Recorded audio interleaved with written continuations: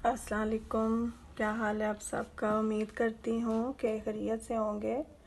आजकल जैसे कि मौसम बदल रहा है तो फिर से अर्केल्टोंग और नज़ला ज़ुकाम जो है वो फैल रहा है। और ऐसे मौसम में मेरा ख़्याल है कि अगर आप टी के साथ शहद का इस्तेमाल करें तो बहुत अच्छा है। आज मैं आपको जो बात बताने जा रही हूँ वो है शहद की मक्खी के बारे में। वैसे तो आपको पता ही है सबको शहद और शहद की मक्खी के क्या फ़ायदे हैं और इसका शहद और इसका कुरान में ज़िक्र है, हदीस में ज़िक्र है, ये सब कुछ तो आपको पहले से ही मालूम है। लेकिन मैं आपको नहीं बताऊंगी अब कि क्योंकि आपको पहले ही पता है कितने ज़्यादा इसके फ़वाइद हैं शहद के। ये शिफा है, इसमें ग़ज़ा है, ग़ज़ाइयत है, तो ये सब बातें तो आपको पहले ही पता है। लेकिन मुझे जो एक बात पता चली अभी वो मैं आपके साथ ज़रूर शेयर करना चाहूँगी क्योंकि मुझे भी पहले नहीं पता था।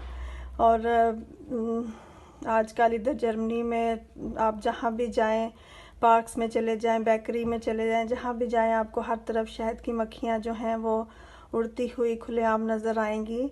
और कोई भी उनसे नहीं डरता, कोई भी उनको मारने की कोशिश नहीं करता और बल्कि खुश होते हैं लोग कि इधर इतनी ज़्यादा शहद की मक्खियाँ हैं। तो इसकी वजह ये है, आप भी सुन के हैरान होंगे।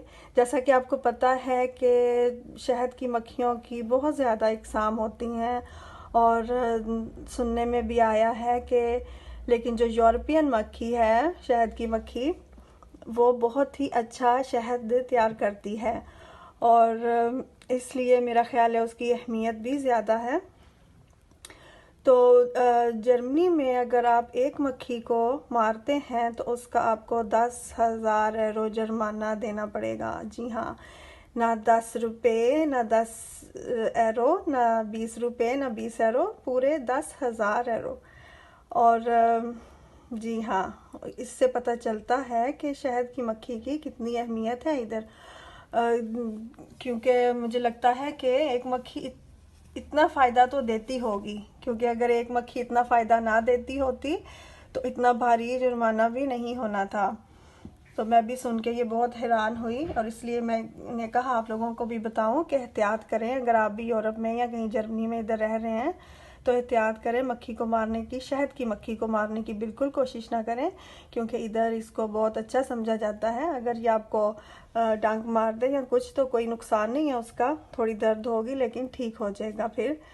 तो इसलिए आप खुद भी, अब मैंने आपको बता दिया है कि शहद की मक्खी को नहीं मारना वरना 10,000 यूरो जुर्माना देने के लिए तैयार रहें। और आप ये दूसरों को भी बात बताएं जब आपको पता चल गई है तो, ताकि हर कोई शहद की मक्खी से और ज़्यादा प्यार करे, पहले से भी ज़्यादा।